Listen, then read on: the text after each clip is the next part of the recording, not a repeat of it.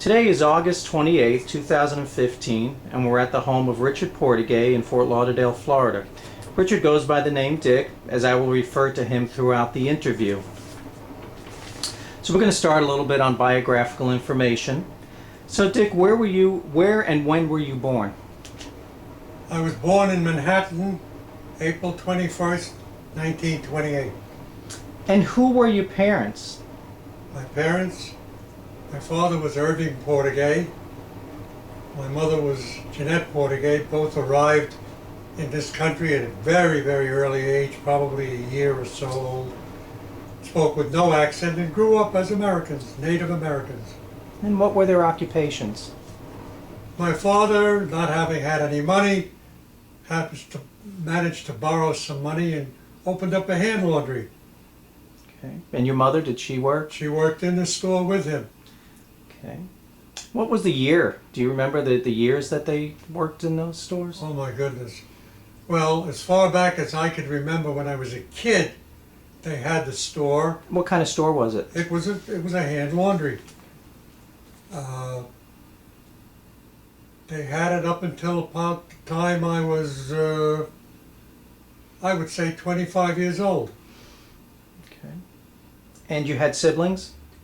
I had a brother who through an illness became partially mentally retarded and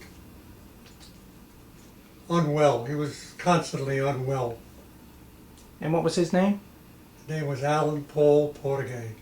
He was a very good kid, but unable to participate in any social functions or interaction with other people too much. Okay. And what were you doing before you entered the service? Going to college. And what were you going to college for? That's funny. I was studying radio engineering and electrical engineering. And when I went into the service, I thought I would further my education by being in the Signal Corps, but that didn't work out that way. Okay. And what college were you attending? Brooklyn College. Okay. And your early days of service, which branch of the military did you serve? U.S. Army. Okay. Did you enlist or were you drafted? No, I enlisted because the draft was still on, and of course if you were drafted you never knew how long you were going to be in. So I got in touch with a couple of friends of mine that I had grown up with, known all my life practically, and the three of us enlisted together for 2 years apiece. Do you remember their names? Oh yeah. One named Herbert Rosenblum, and one was Teddy Applebaum. Okay. And they were from the neighborhood? Oh yeah. Okay. And why did you choose that specific branch of the military? I like land under my feet. Okay. And what happened when you departed for training camp and during your early days of training? Well, that's kind of interesting because we went from Lower Manhattan, we went over to Fort Dix. And I thought that from Fort Dix, I would go right into the Signal Corps because we took the Army General Classification tests, and the three of us were recommended for OCS. Mm-hmm. And OCS is what? Officers Training School, Okay. I'm sorry. Okay. Officers Candidate School. Mm-hmm. And me in the Signal Corps. So I figured that's the way it was going to be. Approximately 5 days later, we were on a troop train heading to Buffalo, and our ultimate destination was Anniston, Alabama, which was the Army way. Mm-hmm. Do you recall your instructors when you were in boot camp? Oh, I remember one very vividly, Sergeant Smith. He was our platoon leader. And what was he like? Some of the language I'd like to use, I won't. He was not the nicest gentleman in the world. He was a racist. Mm-hmm. And of course his job was to get us angry so that we would work. And he worked us pretty good. He was a good man in his job, but he wasn't too nice a fellow to know. Mm-hmm. Do you remember any others? No, not really. So he stands out the most. Oh, definitely. Okay. Did you receive any specialized training while you were in? Yeah, we were in a heavy weapons detail, and we were proficient in the 81 millimeter mortar, as well as the M1, the 45, the M16. We were rounded out pretty good to kill. Do you recall how long your training actually was before you went to your first assignment? I believe we were 16 weeks. Okay. How did you adapt to the military life, including the physical regiment and the barracks, the food? Oh, at first it was pretty social rough life? because we weren't in the type of shape they wanted us to be in, but they got us in pretty good shape. We put on muscle and lost a lot of fat. Okay, but they fed you good too. Oh yeah, yeah, they fed us pretty well. Okay. Any other things that you want to share about the early days before you actually went to your wartime service? Well, it was Do you kind of recall? funny because one day walking on another company street, I bumped into a cousin of mine who I didn't even know was in the Army. He wound up as an MP, but I don't think he ever left the States. Okay. We never had any actual leave. We had a weekend pass once, and then we had a delay en route before we were sent to Seattle to be shipped overseas. Oh, so that was the first place that you started right after Absolutely. training Yes. into Seattle. Okay. So where did you actually do your service? Where did you serve? In Tokyo, Japan. And that was your first assignment? Yes, sir. It was my first assignment. Okay. You might say my only assignment because I stayed in Tokyo all the time I was in the service until I was shipped home. Was that a base that you were at, or?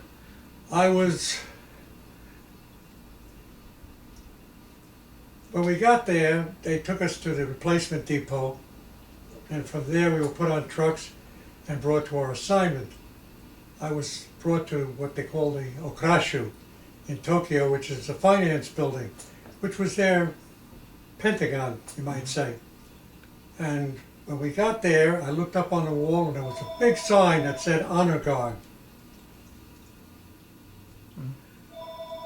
I looked up at the sign and I said, guard duty?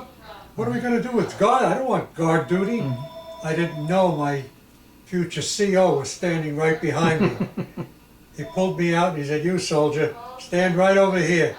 And they sent me, luckily for me, to the American Embassy, where it was supposed to be real chicken, but that's where General Douglas MacArthur was. Mm-hmm. We were in his honor guard. We were the creme de la creme. Mm-hmm. And what does that mean? How were you the creme de la creme? We were considered tops in intelligence, posture, everything that we Wow. did. We were hated viciously by the MPs because nobody stood above us. We were the honor guard. We were MacArthur's own personal guard. We served at his office and we served in the American Embassy. So what were some of the qualifications to be able to be an honor guard for General MacArthur? They never really told us, but I read up on it, and apparently we had to have high IQs, we had to have a certain height, we had to have certain bearing. We were considered the best they could find because he was the commander-in-chief. So there was a certain stature that you had to have, and appearance. Interesting. So what are some of the other memories that you have of that experience in Tokyo? Well, I had a very nice experience because General MacArthur used to like movies. And he had a theater in his home in the embassy. And every Nice. Tuesday night, he used to invite anybody that wanted to go to the movies to come up there. So I went up there one evening, and the chairs were arranged 2 and 3 along the walls, facing one wall, the short end, and there were 2 chairs in the middle, and all the other chairs were taken. So I sat down in one of the 2 chairs, unthinkingly. General MacArthur walked in, everybody jumped to attention. He walked over, and he said to me, son, he said, I smoke cigars. That pipe was a prop. He said, do you mind cigar smoke? I said, no, sir. My father smokes them all the time. He said, and that's your seat for the remainder of your time here. And I never had a bigger thrill in my life. That's it. So you were able to handle his cigar smoke. Oh yeah. So you never actually served in combat No. during this time. We had occasional alerts when they got word that there may be a threat on the general's life, Mm-hmm. or there might be some warfare between black market gangs, and we marched around with,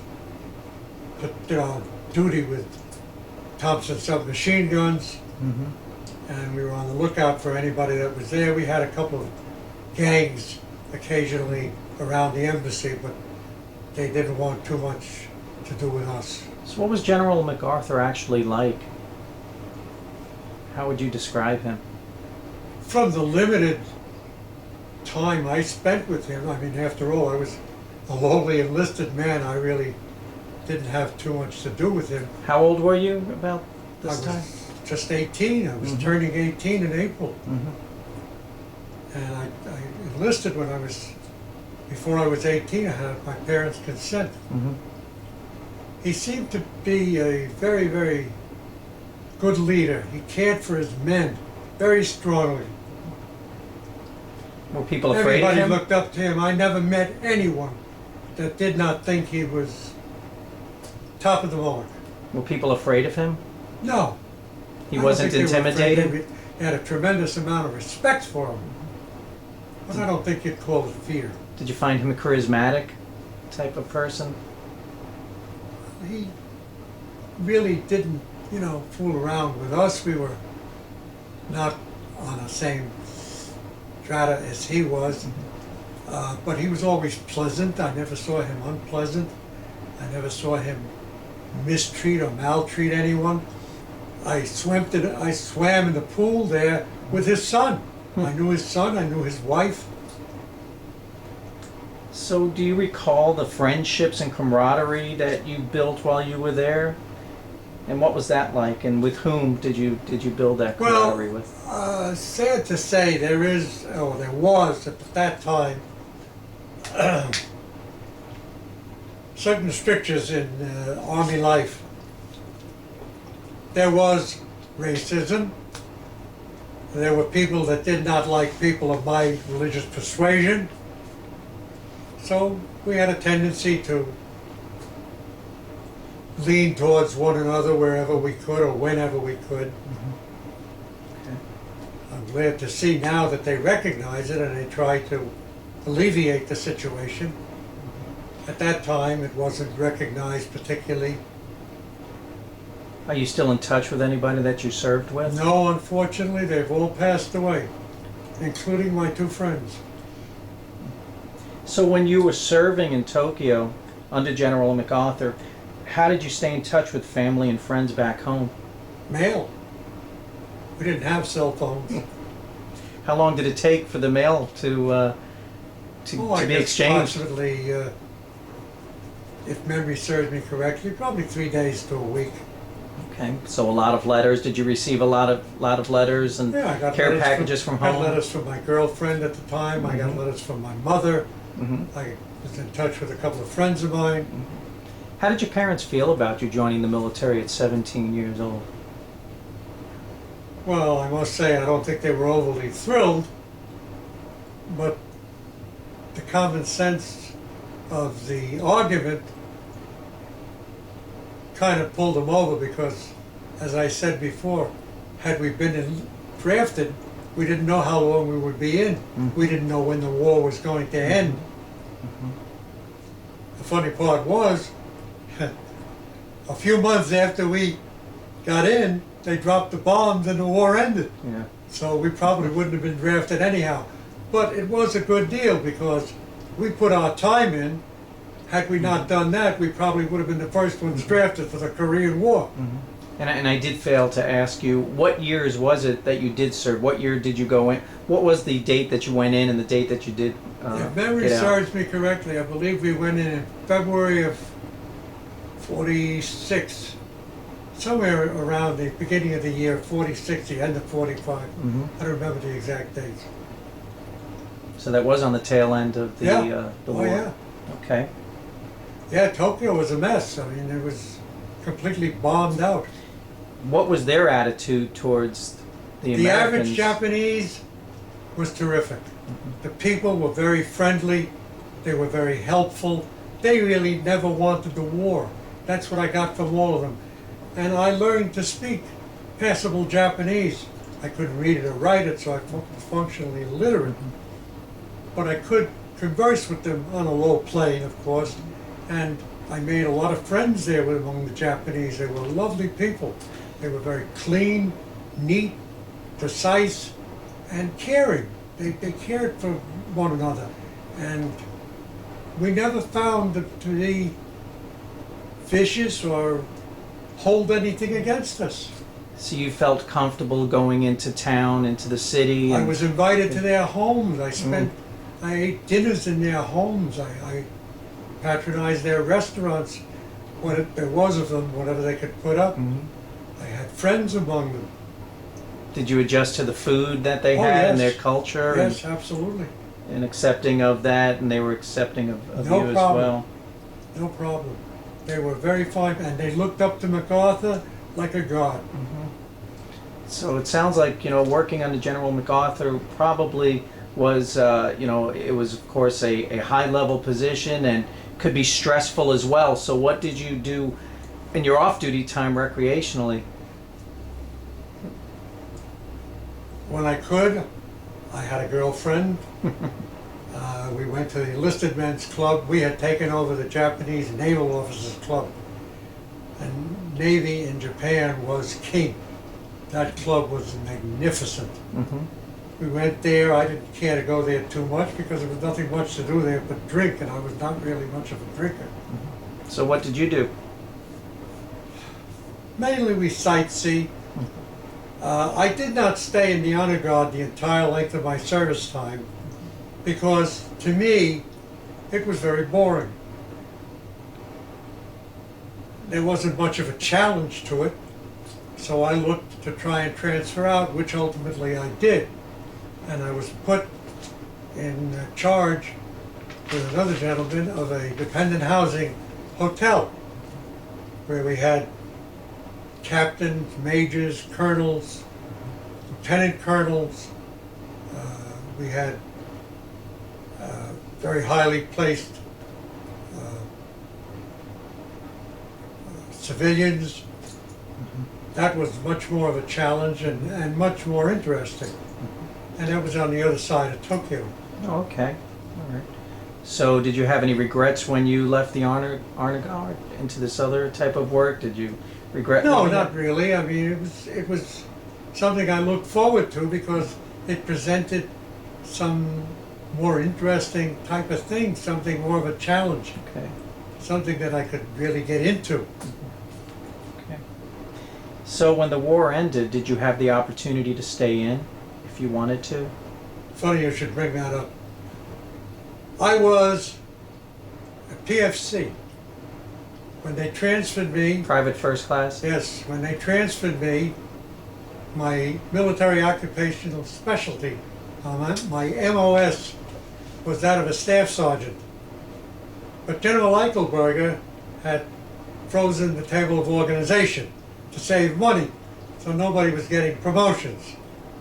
So while I was an acting staff sergeant, I wasn't getting paid like an acting staff sergeant. When the time came for me to be discharged, my CO had me down to the office and they wanted me to re-enlist for another 4 years, which incidentally they had tried to do. Oh, thank you, that comes in handy. Which they had tried to do from the very time we enlisted. We kept telling them that we enlisted for 2 years because we wanted to get out and go back to school. We didn't want to spend 6 years in the Army. That was 4 years in addition to our 2. They tried to change our mind. I still can wash dishes faster than the washing machine. That was part of our indoctrination. Okay. So when the I war can't ended, open this up. so when the war ended, you were actually I was in Japan.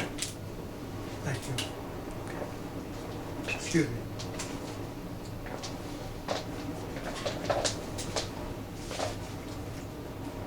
So how did you return home? That's funny how things happen. I returned home on the same ship that I left, that I came there on. And just before I came down, I went in to see the CO, and I was offered a master sergeant's rating as soon as I re-upped for 4 years. So that was the option. That was the option. I said, no thank you, and they would put me in the Signal Corps. I said, that's very nice. Now that I've forgotten everything that I learned, and I have to go do it all over again, you want to put me in the Signal Corps, which was where I should have been to begin with. So you said that you went home on a ship, so how long did it take on that ship? About a week. Wow, that's a long time on the It's ship. a big ocean. Yeah, very big. Okay, and there was a lot of you on that ship, I'd imagine. Big group. 6,000. Oh my gosh. Wow. Not quite a cruise ship, I'd imagine. No, not quite. How were you received by your family and community when you came home? Oh, very well. I mean, we had no problem with that. Everybody was happy to see us. We were happy to be home. Okay. We couldn't wait to get home because we wanted to walk into a restaurant and have a good meal. Right. We did. And we got good and sick. 'Cause we weren't used Weren't to that ready kind for of rich that. food. Right. So your readjustment to civilian life, now you were gone for 2 years. How was your readjustment? Did you know what direction you were going to go, what you wanted to do? Oh yes, I still had ideas of what I wanted to pursue, but when I came home, things were kind of tough. They had what they call the 5220 club, whereas you got $20 a week for 52 weeks if you couldn't get a job. Thankfully, I Wow. never had to resort to that. I got a job. It didn't pay much more, but at least there was something to do. So about $20 a week That's is right. about That's what you were exactly making. it was. Wow. Yeah, times certainly have changed. So did you find that your military time was and the skills that you learned were able to translate into your civilian job at all? In the aspect that I learned I mean, you were 17 when you went in, respect, so yes.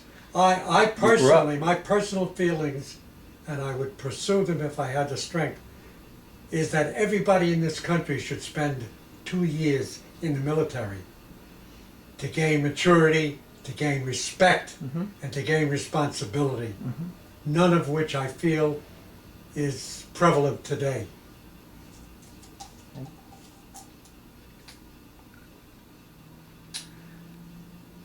So, are you currently a member of any veterans organizations or? I was a member of General Douglas MacArthur's Honor Guard. We had a club. Mhm. Exclusive club, We have, that group? it has just been disbanded roughly maybe 6 months ago because all in all there were only 2,000 members of the Honor Guard for all the time. Wow. And right now there's probably about 250 of us left. Are you in touch with them at all, or do you? Yes, I'm still in touch with a gentleman called Maurice Howe, who was one of our commanding officers in the embassy. Very, very nice gentleman. We correspond occasionally on the internet. So is this club basically on the internet? Is it No. a play?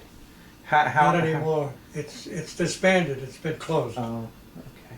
I don't know if they're still on the internet. They may be. I haven't checked recently. So when you did separate, what did you do since separating from the military? What was your occupation? Well, I went to college at night Mhm. and worked during the day because I couldn't afford to go during the day and I couldn't get a job at night. I had to sleep sometime. I got a job as a manufacturer's rep selling, and I went to school at night.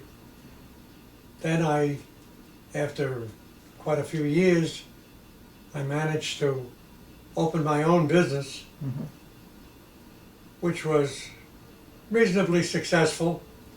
for quite a while. What And- time frame is this around? What? Oh, years? I've never been very good with dates, as my wife has pointed out to me many times. Let's see. I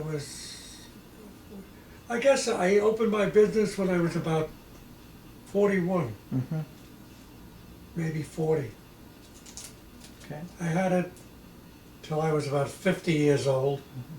And then I closed it and reverted to my engineering training and went to work for Broward County in Florida as an assistant to the traffic engineer, the area traffic engineer. And I spent 22 years there. And then I retired.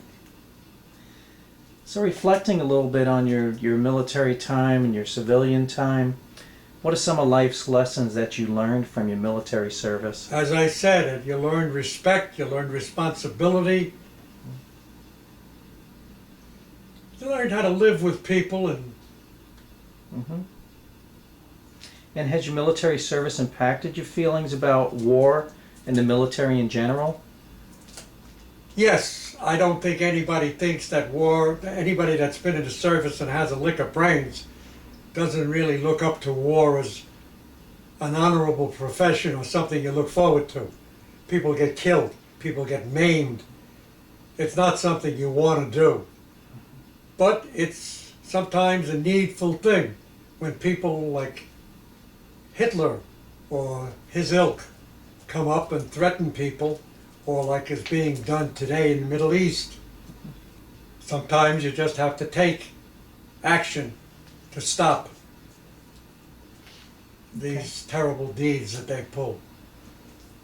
One of the questions I was going to ask is, would you like to leave any particular message for future generations who might view or hear this interview? But it sounds like you've shared that. If there's anything else that you would like to share that you haven't, maybe for somebody, think about somebody that might be listening to this 25, 50 years from now, what message might you leave? I think that any young person that really doesn't have an aim or can't find themselves a position that they're happy with should consider the military, if for no other reason than to serve their country and possibly learn a trade or a skill, or maybe stay in the military. They might like the life. Right. And although this program is sponsored by the Red Cross, have you had any type of interaction with the Red Cross during your military time? Not to any great extent. We had more interaction with Salvation Army. Mm-hmm. They seemed to be around more. The Red Cross probably was around to a greater extent during battle, during warfare, actual warfare, whereas the Salvation Army, I don't think gets involved in that. How did the Salvation Army service you? Well, they were there with coffee, with refreshments, if we needed any kind of clothing if they had, and we were shy if the weather was bad. They always looked to lend a helping hand wherever they could. The Red Cross really didn't get into that as far as I was concerned, because we never had, as I said, too much interaction with them. Okay. So is there anything else that you feel that we haven't discussed or should be added to this interview that you would like to add, or something that you would like others to remember?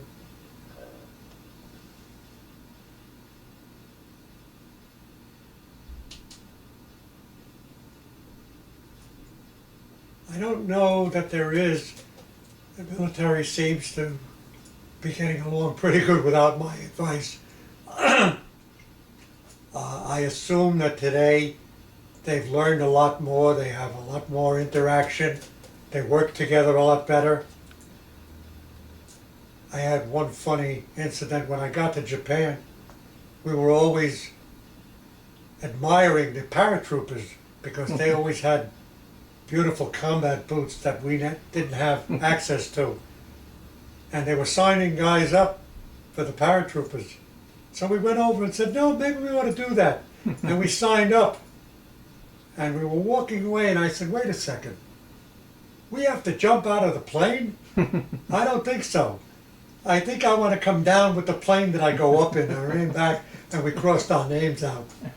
But The boots weren't worth it. the boots, no, the boots, they weren't quite enough incentive. Right, to jump out of an aeroplane. Well, I think we covered just about everything, and I do appreciate your time. And as I said, It's been my pleasure. that we enjoyed listening to this. So thank you very much, and we're going to call it a wrap.